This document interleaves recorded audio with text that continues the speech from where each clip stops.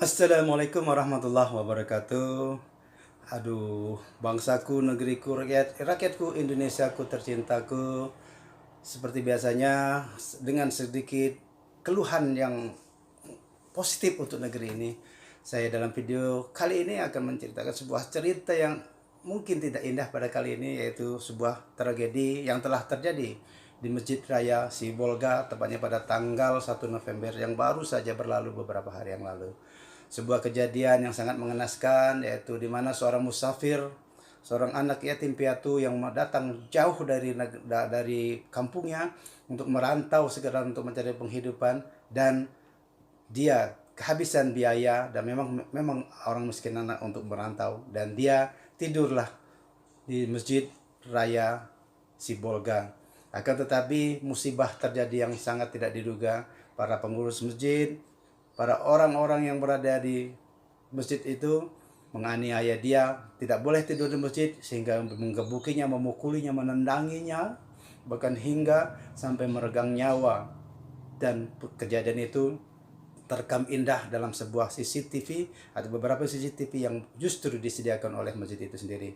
Sekali lagi sebagai catatan adalah bahwa pengurus masjid, bahwa masjid itu adalah milik umat, masjid itu adalah rumah Allah Subhanahu wa taala. Siapapun boleh beristirahat di sana, bahkan bagi musafir yang jauh boleh untuk tidur di sana, dengan catatan tentu beliau boleh meminta izin. Akan tetapi ketika penganiayaan itu terjadi dan meregangkan nyawa seorang Arjun, seorang musafir itu, tentu pengurus masjid ini bukanlah suatu uh, umat yang baik bagi negeri ini.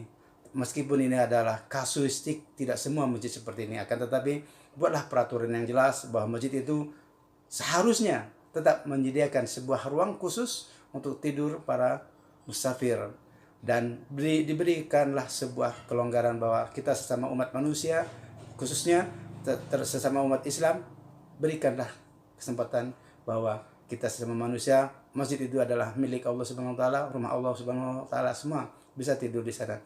Kasus ada kehilangan dan sebagainya, ada yang maling dan sebagainya, itu hanyalah satu dua kasus. Kan tetapi ketika memang tertulis tidak boleh tidur di masjid, perlakukanlah para musafir itu dengan baik-baik saja.